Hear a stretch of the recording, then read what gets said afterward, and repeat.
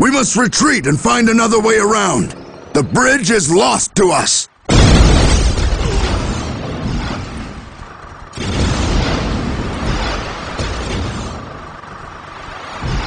To be thrown back by this filth!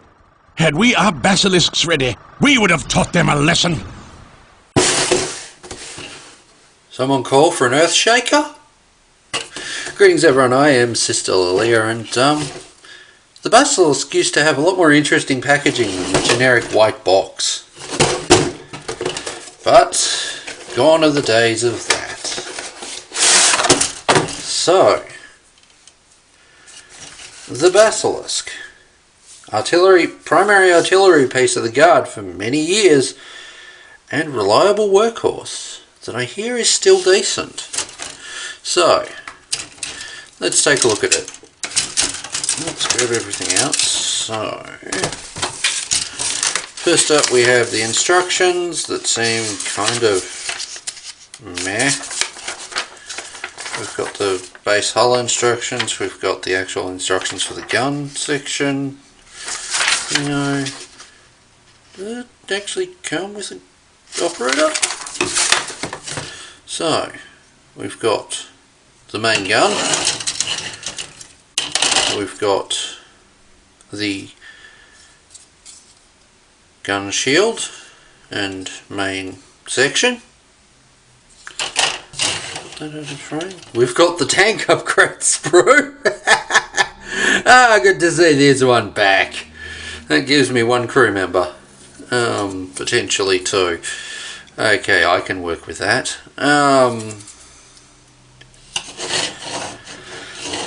And it gives me the Chimera track sprue. I like that sprue. That sprue's a useful one.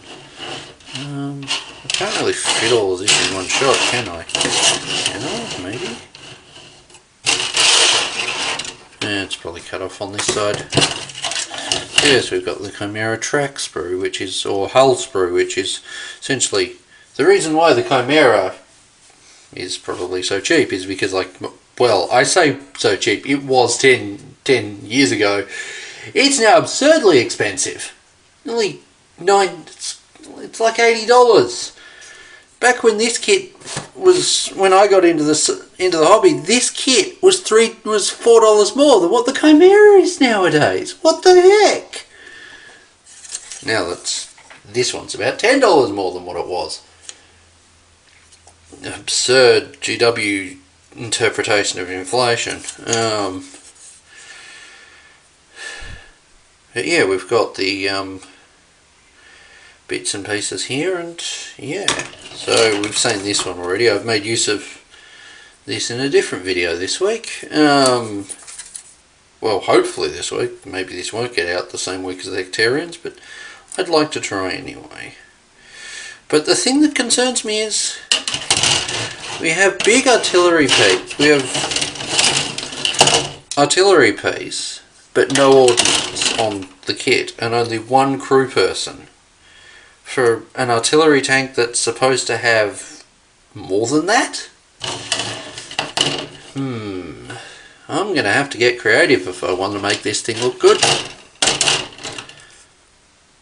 So, I'm going to build this thing up and I'll be back. So I'm back here with the built tank, and now I'm adding in custom details. It would have been smart to do these before I primed it. But first up, I'm coming in with some fabric mesh to just add in some mesh on the sides of the crew deck so that there's somewhere both for the artillery shells to not fall off and for the crew to have a bit more safety. Plus, I may come back after this video and paint them up to look more rusted. But getting the fabric mesh to actually stick was a bit interesting. So after that I came through and set up a comms unit using the Vox piece out of there and just kind of placed it a bit to test. I then came and glued in a las gun, which probably wasn't the best idea because it locked out a few future things, and then attached in a fuel drum and built up some crew using Chaos Cultist legs from the old Dark Vengeance era that to tie them in with my guardsmen, and and bits out of the crew sprue, including the torso out of the actual gunner from the crew.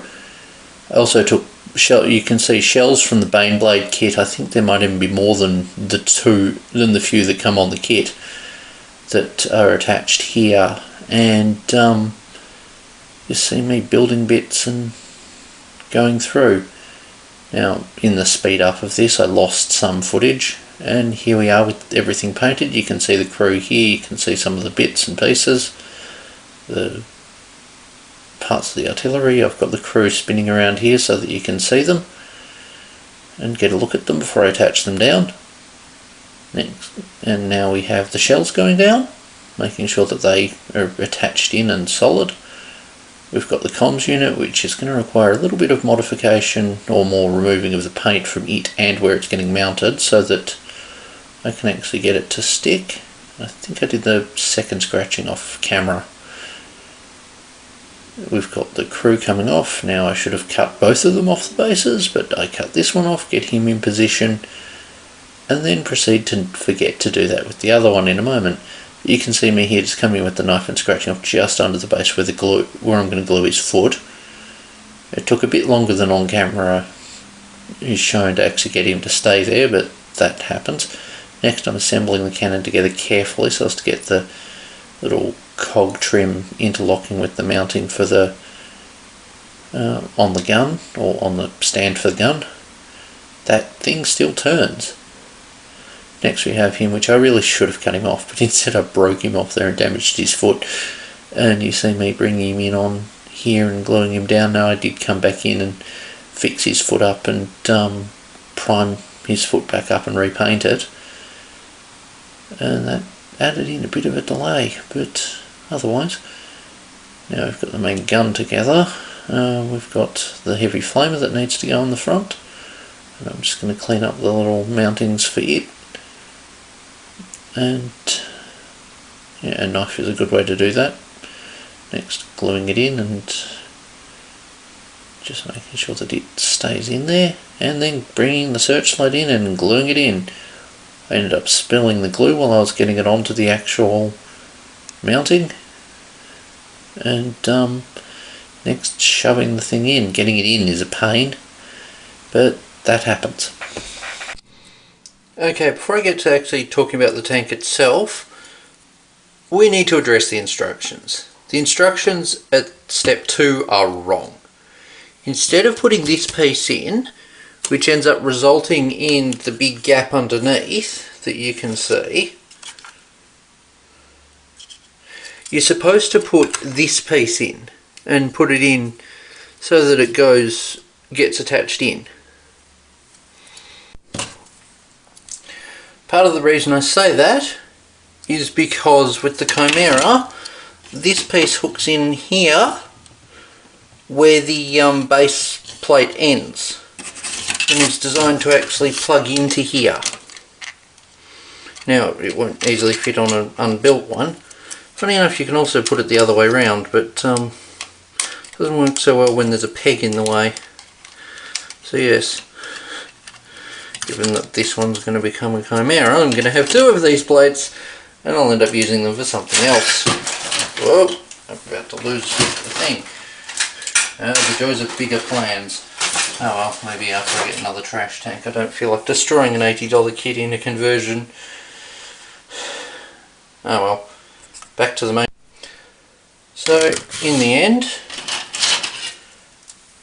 most of the sprues are done. That piece is left over, and there's still a few details left on the tank upgrade sprue. That out of the way, let's get to talking about the tank. And so, we are done. We have this thing built up, and finally, I have an earth shaker that's official that I can run. Long-term viewers will know what I mean by that, and I'll show what I mean by that in a moment anyway. So, the Basilisk is an interesting kit. It's certainly showing its age.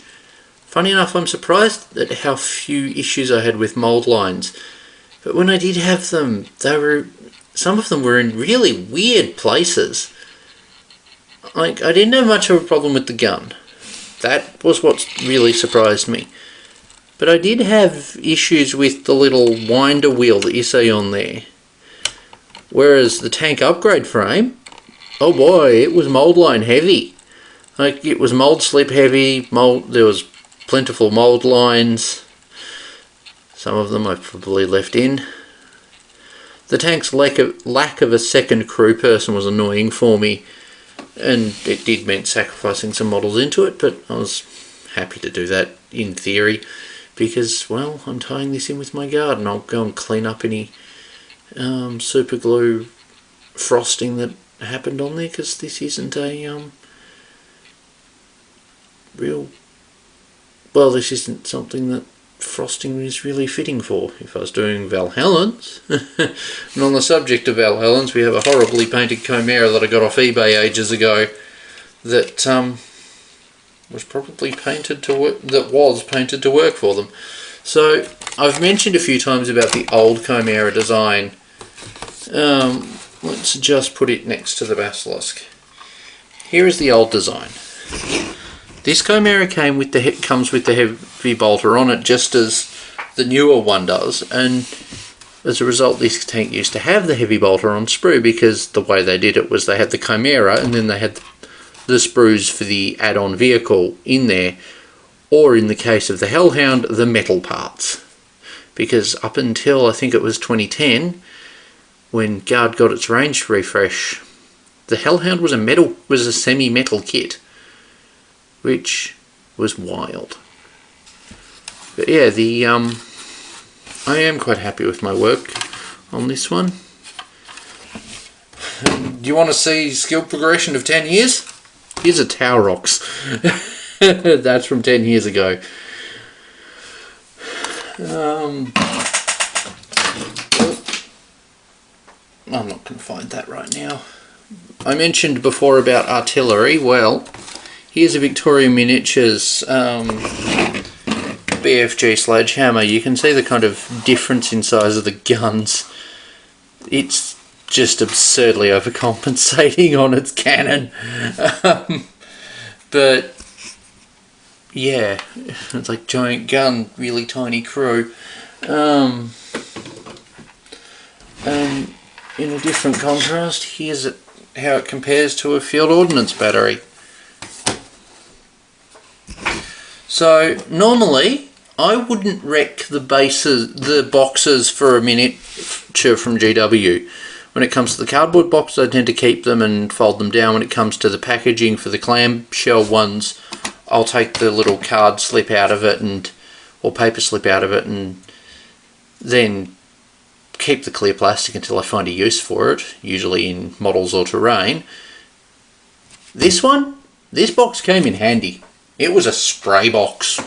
You can see by the stains on the bottom of it, but yeah, the benefit of this model not coming with interesting packaging is it gives me something to paint on top of, to stick the parts on for spray painting. But yeah, now we get to the actual, in theory, review side of this video. Would I say to get this kit? Maybe. With the way things are going at the moment with Warhammer, where a lot of older kits are getting phased out even if they're in plastic, and sometimes not having a comparable kit in the range to fill the gap that is left by them being taken out, I cannot recommend getting this at the moment, because I can't guarantee you're going to get to keep. There's going to be rules for it in 12 months to 2 years time. Current word is we're likely to get the codex next year, early next year. It better not be. We better not have another 10th edition situation where all the previous editions codexes get wiped, because that was just absurd.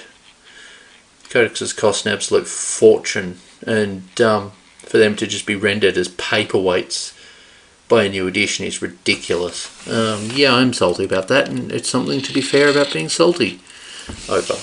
Now I realise there's bits I've missed the paint on this. I don't care. I might come back to them later. I literally ran out of the Steel Legend drab that I used for this. And yeah, if you like the combo of blue and brown, yay! If you don't, I don't care. So yes, it's a decent kit. It's too expensive now for what you get in the kit. I'm going to be honest, if this kit gets redone, that should be further squeezed in. If this kit gets redone, it should be redone to include the other variants.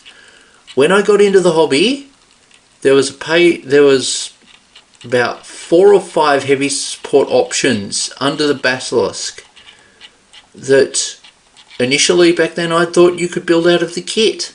You couldn't, because 2 of them were Forge World options, one of them didn't exist, and one of them didn't exist.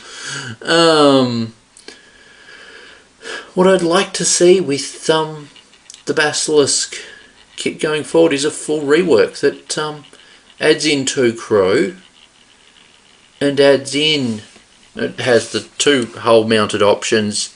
It comes with all of the turret options, so that, or main gun options, so that being your Earthshaker cannon, your Medusa siege cannon, your Griffin heavy mortar, and your Colossus bombard. Yeah, I see the bombard's been discontinued, GW. Give us a plastic alternative build of the basilisk that lets us do it and lets us field it. But yeah,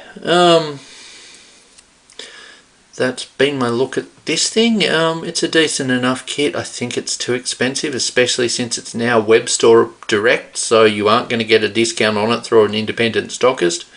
I can't say to buy the thing at the moment. I'm hoping it gets an update, because we could really do with an update for it next edition, or next year even, or next codex, whenever the Guard codex comes out. Hopefully we get a proper range refresh for some of the older existing vehicles, instead of whatever the nonsense is that's happened with a lot of them this edition, where they've barely got a model. Sisters of Battle got an underwhelming character model. Oh, and now we get a new one that looks really cool, that's clear where the design budget went to it. Inquisition gets shafted with a terrible Cotiers model. And Blood Angels, by contrast, are getting, what, 2 half-decent looking character models. A decent, well, 2 half-decent looking named characters. Not so sure about the ball gag on the Chaplain character. I think the old Lamente's model looked better. You've got the 2 generic characters they're getting that look pretty decent, and you got the underwhelming upgrade sprue. Anyway, enough of me rambling before I disappear completely. The next video is underway, but the next video will be on this thing once I finish it. I have a lot of paint to do, as you can see. Anyway, thanks for watching. I hope you enjoyed, and what's your favourite artillery piece of the Guard? Is it the basilisk?